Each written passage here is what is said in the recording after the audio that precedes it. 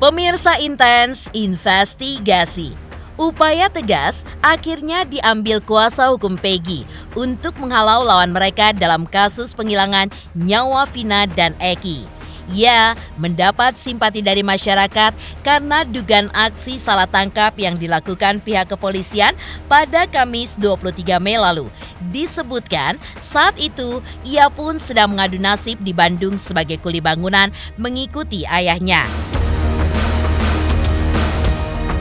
Tapi agaknya saat ini pernyataan Aep justru memberatkan Peggy Setiawan, di mana Aep mengaku jika saat itu ia menyaksikan peristiwa pelemparan batu yang dilakukan segerombolan geng motor tidak jauh dari lokasi tempat kerjanya, sebuah tempat pencucian motor yang terletak di depan SMP Negeri 11 Cirebon. Tak cukup sampai di situ, dalam keterangannya, Aep pun juga mengaku sangat mengenal sosok Peggy Setiawan karena sering nongkrong di depan tempat kerjanya. Lantas, seperti apakah ultimatum yang diberikan oleh pihak Peggy untuk kesaksian Aep yang sudah memberatkan kliennya itu? Lalu, seperti apa gertakan yang diberikan oleh pihak Peggy untuk Aep agar segera memberikan keterangan yang sebenarnya? Benarkah kesaksian kuasa hukum Peggy Setiawan bisa dibuktikan oleh Roy Suryo sebagai pakar telematika karena tidak menemukan sosok Peggy di dalam video CCTV yang kini beredar luas? Pemirsa, bersama Intens Investigasi, kami hadirkan kabar terkini, terpercaya, dan teraktual. Tetapi sebelumnya, jangan lupa untuk like, subscribe, dan juga share channel YouTube ini.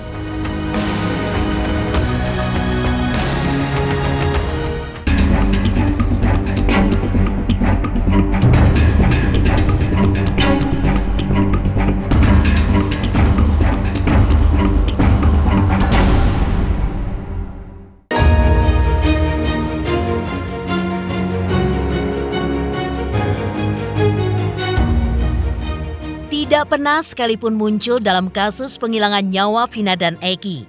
Kini, sosok Aep dan Dede yang disebut-sebut sebagai saksi kunci yang menyebabkan 8 orang tersangka dalam kasus ini akhirnya diamankan pihak kepolisian pada medio tahun 2016.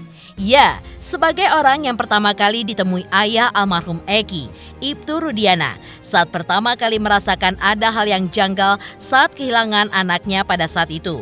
Saat itu, ayah Eki menyisir lokasi kejadian hilangnya nyawa sang anak dan akhirnya menemukan Aep, di mana ayah almarhum Eki pun memberikan nomor teleponnya kepada Aep jika mengetahui hal yang terjadi. Tak lama setelahnya, Aep pun mengontak Ibtu Rudiana, ayah almarhum Eki, yang menjadi awal mula penangkapan 8 pelaku, termasuk diantaranya Saka Tatal yang kini sudah bebas setelah menjalani hampir 4 tahun masa penahanannya. Setelah kasus ini pun kembali viral, nama Aep yang ditemui oleh Dedi Mulyadi, mantan Bupati Purwakarta, mengungkapkan pengakuan mengejutkan di mana ia mengaku mengenal sosok Peggy Setiawan yang baru saja diamankan oleh pihak kepolisian sebagai DPO. Tak ayal, pengakuan Aep terkait hal ini pun juga mengundang tanya dari kuasa hukum Peggy. Apalagi ia pun mengaku melihat Peggy ada dalam peristiwa hilangnya nyawa Vina dan Eki. Lantas, seperti apakah tanggapan pihak kuasa hukum Peggy terkait pengakuan Aep? Benarkah pengakuan Aep yang berbeda dengan keterangan hampir seluruh tersangka dalam kejadian ini seakan menyudutkan Peggy Setiawan? Sama Peggy tahu wajahnya? Tahu wajahnya. Waktu peristiwa itu, waktu semalam ada itu. Ada. Betul, lima-limanya itu mengatakan bahwa tidak mengenal dengan Peggy. Yang satu ini, si Aep ini yang mengatakan bahwa mengenal, 2016 dia bilang dia tidak mengenal. Lalu sekarang lagi dia bilang dia mengenal. Hati-hati loh ya. KUHP memberikan keterangan palsu, ancamannya 7 tahun penjara. Jadi Aep, kamu hati-hati. Saya ingatkan ke Aib sekali lagi, hati-hati dalam memberikan keterangan palsu. Kamu bisa dipidana. Jadi jangan menjolimi orang. Kalau nggak kenal, bilang nggak kenal. 2016 kamu bilang nggak kenal, sekarang baru kamu bilang kamu kenal. Nah ini kan menjadi pertanyaan besar. Dengan jarak 100 meter melihat, apalagi malam. Lebih tajam dari mata elang. Dari yang mengatakan bahwa dia tidak mengenal Peggy Setiawan, itu yang benar. Dia jujur. Dia bersikap laki-laki yang jantan, dia jujur, dia takut kepada yang Maha Kuasa, dia tidak mau dipengaruhi orang. Mungkin ini dalam hal ini ada yang ketakutan ya dalam perkara ini. Wah, ini kalau tidak berhasil membuktikan bagaimana. Ada juga mungkin kalau analisa saya, alibi saya mengatakan diintervensi yang sehingga dipengaruhi dia mengatakan demikian. Tetapi kalau mau jujur, apa tadi yang dibilang oleh Bang Niko Kili-Kili itu benar. Ancaman hukumannya 7 tahun memberikan keterangan palsu.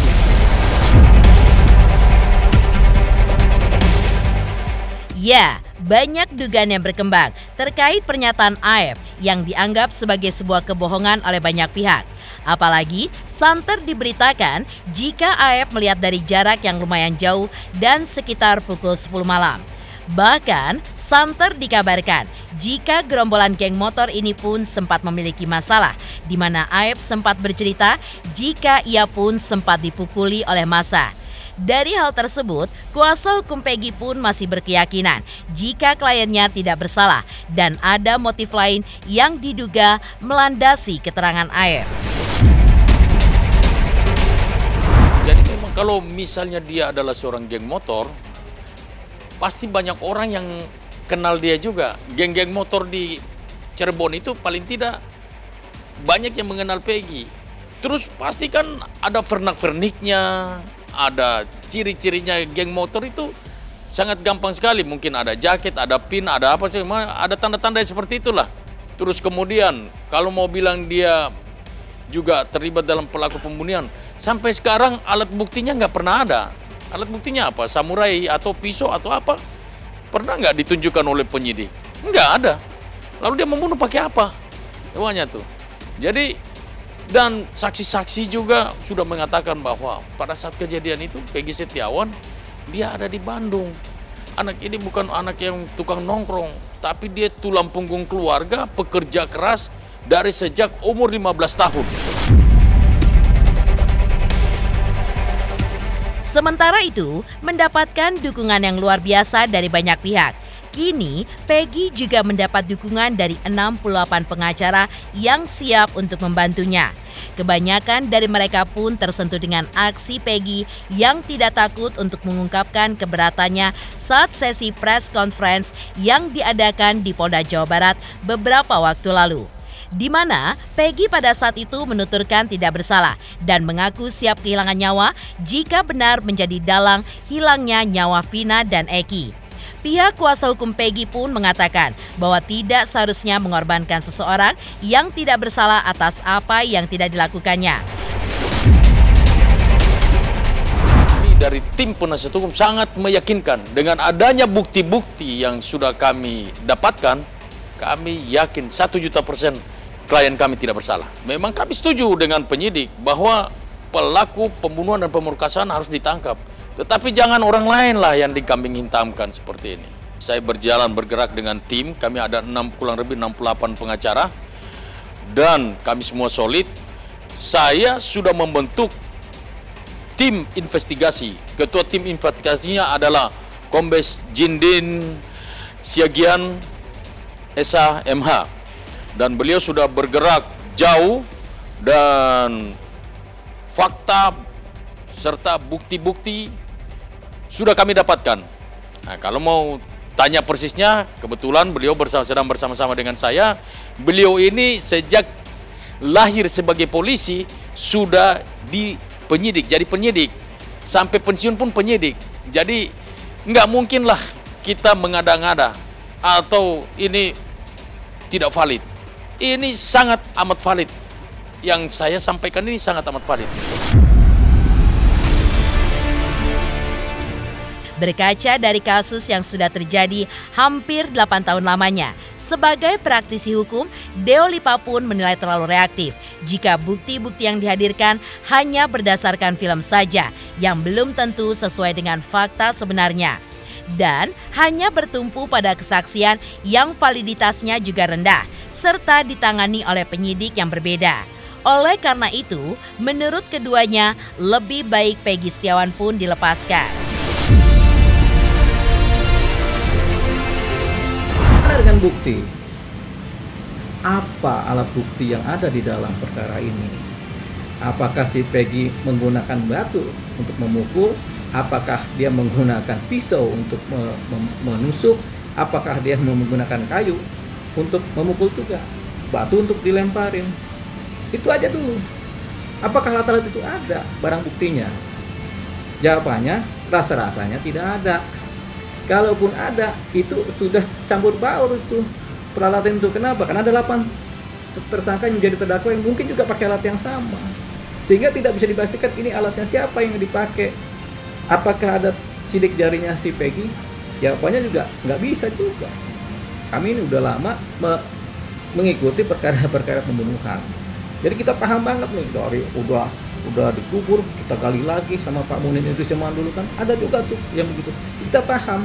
Nah, bagaimana kita melihat perkara ini? Perkara ini gampang dilihatnya, yaitu karena perkara sudah lama, tingkat pembuktian sumir, saksi sumir, ya sudah. Tapi orang ditangkap, karena orang si Peggy ditangkap dan di penjara, ini kita timbullah suatu posisi, yaitu apa? Harus dibela, walaupun dia mungkin bersalah. Mungkin saja Peggy melakukan, tapi karena bukti-bukti yang kurang, saksi-saksi yang kurang, ya sebaiknya dia dilepaskan aja. Tanggapan saya, kalau dia merasa difitnah, kenapa dia buron sampai 8 tahun? Itu menjadi pertanyaan. Terus kalau bukan dia, atau bukan peran dia, siapa yang berperan? Tanya sama dia. Atau penyidik menanyakan, siapa yang berperan memperkosa dan membunuh? Dan kenapa dia buron sampai 8 tahun? Sendiri. Kalau dia difitnah itu gak percaya saya. Kenapa 8 tahun dia bersembunyi? Kenapa dia bersembunyi kalau difitnah? Kenapa enggak dari 8 tahun lalu dia ngomong gitu? Jadi menurut saya itu omong kosong itu.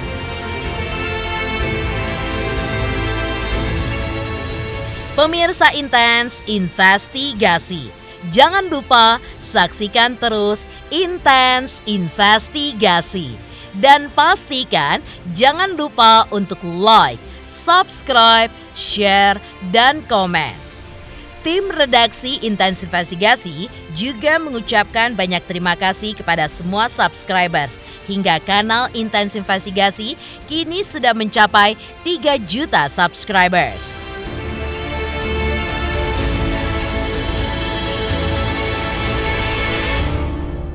Halo, saya Krisdayanti, ayo subscriber Intens Investigasi 3 juta subscriber. Wow, banyak.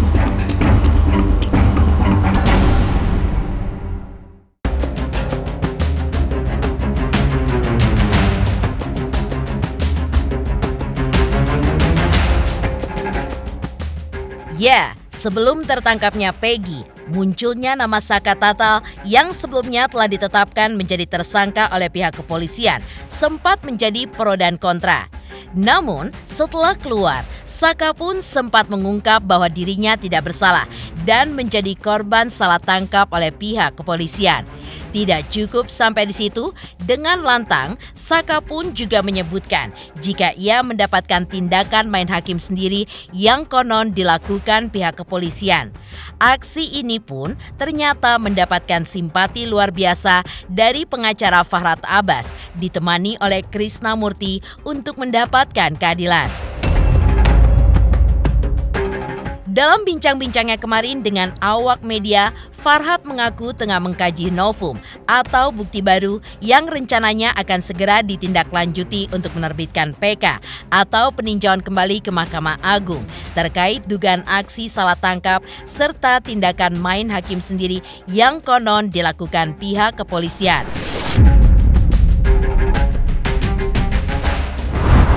Hari ini kita kedatangan tamu yang kita banggakan, Bang Saka. Saka ini seperti saya katakan kemarin adalah anak angkat Bang Krisnamurti. Jadi Bang Krisnamurti menyambut dan menyiapkan segala fasilitas untuk Saka, di mana besok kita akan berangkat ke Polda Jawa Barat untuk pemeriksaan Saka sebagai saksi atas terdakwa tersangka Peggy Setiawan. Nah, hadir juga Ibu Titin dari Cirebon, kakaknya Saka, Jaka, kakaknya Saka ada. Karena Saka ini harus didampingi keluarganya 3 orang. Kenapa Bang? Ya karena dia trauma gitu. Oleh karena itu kita sudah mengumpulkan bukti-bukti surat tersebut sebagai bukti-bukti untuk mengajukan maupun dan pertimbangan majelis hakim yang mengatakan bahwa terdakwa 3 DPO itu punya peran penting dalam. Kalau saja waktu itu dikatakan DPO-nya tidak ada, kenapa DPO itu ada fotonya dan diperlihatkan kepada Saka? Kenapa para komentar-komentar mengatakan yang namanya Andi, yang namanya Dani, semua nggak ada fotonya? Kalau nggak ada fotonya, nggak ada orangnya, ngapain dibuat cerita halusinasi sehingga membuat Saka terhukum 8 tahun penjara walaupun menjalani 3 tahun 8 bulan. Nah, oleh karena itu langsung bersama lawyer kita, partner kita Bang Krisnamurti dan kawan-kawan semua dari Rizaldi, ada Khairudin, Alida Doktor dan Zaka dan Mila, Mbak Linda Marlina dan Ibu Titin. Nah, mohon doa pada masyarakat, kepada netizen semua agar perjuangan Saka ini bisa membuahkan hasil, khususnya pada peninjauan kembali nanti. Buat saya adalah sebagaimana kita menerima kuasa dari Saka, fokus kita adalah peninjauan kembali. Ya kan, semua bukti-bukti, semua argumentasi, semua sudah pernah dibuktikan oleh Bu Titin ya ketika tahun 2016. Tapi semua diabaikan, termasuk laporan penganiayaan umum juga sudah dibuktikan dengan oleh Bu Titin, cuma laporan itu nggak jalan. Dan kemudian Komnas HAM juga kepada Polda pun juga nggak jalan. Artinya bahwa kita sekarang fokus, kita akan berkumpul melalui dengan tim mendiskusikan apa sih novum-novum untuk kita pegang. Dan tentunya setelah itu kita akan meminta akan ahli pidana-pidana yang ada di dalam bidangnya untuk mendapatkan dokumen itu terkait. Artinya malam itu juga kita buktikan bahwa Saka tidak berada di lokasi karena Sadikun juga berstatement bahwa malam itu Saka dengan Sadikun bersama-sama dan sampai tidur di rumah neneknya Saka ya. Kan bahwa kejadian malam itu Saka tidak ada di sini.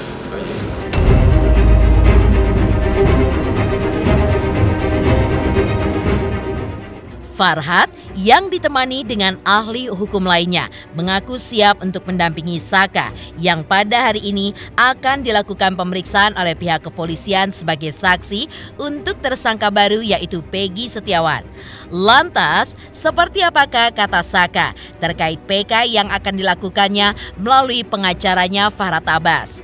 Benarkah ia pun yakin Farhat bisa membantunya untuk mendapatkan keadilan?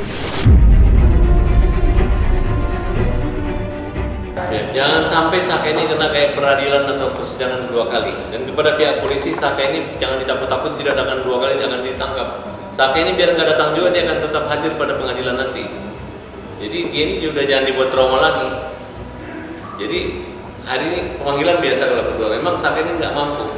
Untuk biaya ke Bandung aja nggak punya kan? Biaya ke Bandung. Harusnya pihak kepolisian tahu ini terpidana dan udah menjalani masa penjara, harusnya dijemput gitu. Nggak usah diundang-undang kayak biasa gitu ya. Namanya orang trauma, dibayar ke kantor polisi dia nggak mau kan, misalnya dia pernah mendapatkan kejadian-kejadian seperti trauma, betul kan? Nah, oleh karena itu besok kita hadir jam 1 sesuai undangan. Kan Saka kan sudah bebas dan Saka juga masih dalam proses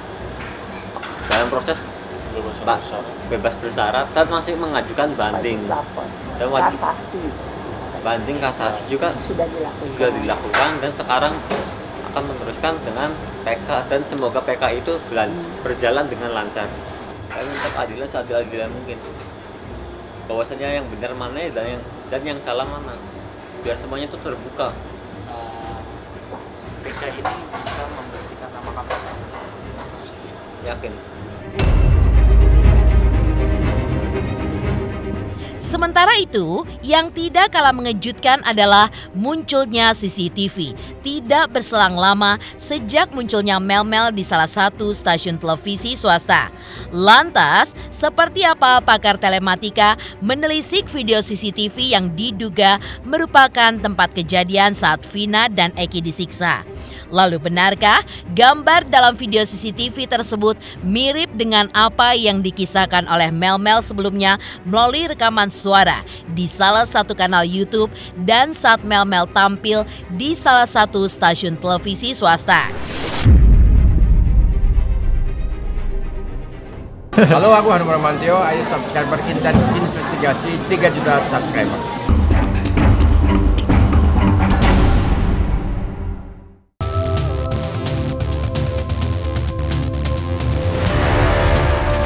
Babak baru di balik kasus kematian sepasang kekasih Vina dan Eki di Cirebon 8 tahun silam sedikit demi sedikit mulai terkuak. Yang terbaru, kini beredar di sosial media video CCTV yang diduga rekaman di TKP kejadian malam Vina dan Eki disiksa hingga berujung meregang nyawa. Sekilas, video rekaman CCTV sesuai dengan keterangan mel-mel yang mengaku sebagai saksi mata di malam itu, bahwa saat mampir membeli sesuatu bersama Eki, Vina dan juga Linda yang diboncengnya, ada 3 pemotor lewat lalu meneriaki nama Eki. Menanggapi video CCTV di TKP tersebut, ahli telematika Roy Suryo pun akhirnya buka suara. Lantas, seperti apakah Roy Suryo ketika menelisik video CCTV tersebut? Benarkah gambar dalam video CCTV tersebut mirip dengan apa yang telah dikisahkan oleh mel-mel sebelumnya melalui rekaman suara di salah satu kanal YouTube dan juga saat tampil di salah satu stasiun televisi swasta? Terus terang, di tahun 2024 ini kita harus sangat hati-hati karena sekarang banyak muncul teknologi kayak deepfake, kayak reface yang itu bisa mengganti wajah kita, ya, wajah salah satu pemirsa gitu, tempelin di film, itu sangat mungkin dibuat nyanyi juga bisa gitu loh. Banyak itu sering saya pakai kalau untuk untuk seminar, untuk menunjukkan sesuatu. Jadi memang kita harus sangat berhati-hati dan makanya ini ujungnya 2. Kalau ini memang misalnya ini benar, ya, CCTV ini disimpan dan maka mungkin kesampingkan dulu kenapa dulu nggak diperiksa dan lain sebagainya. Oke lah, yang penting malah ada orang yang menyelamatkan ini, pahlawan dia gitu ya. Mungkin dia pegawai dishub atau apa yang karena CCTV-nya itu tampak seperti screen capture-nya tampak tangkapan layar, tampak kamera-kamera dari atas semua itu ya. Gitu. Atau kalau ini ternyata fake CCTV, fake screen capture, waduh, orang ini harus kemudian dijerat dengan pasal mungkin membuat kegaduhan karena apa?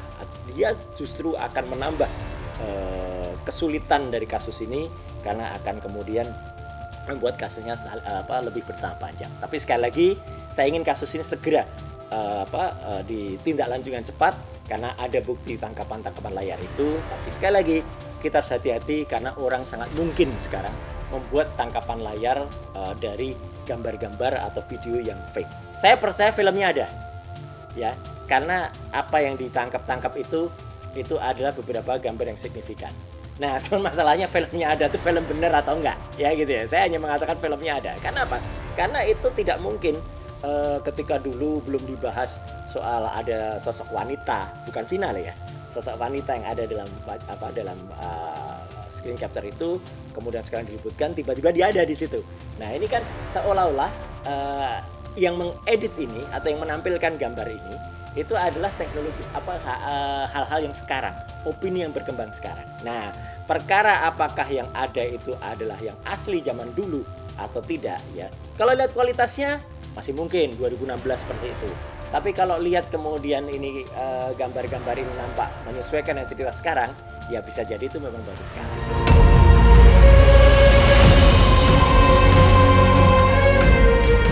Pemirsa Intens Investigasi, jangan lupa saksikan terus Intens Investigasi. Dan pastikan jangan lupa untuk like, subscribe, share, dan komen. Tim redaksi Intens Investigasi juga mengucapkan banyak terima kasih kepada semua subscribers hingga kanal Intens Investigasi kini sudah mencapai 3 juta subscribers.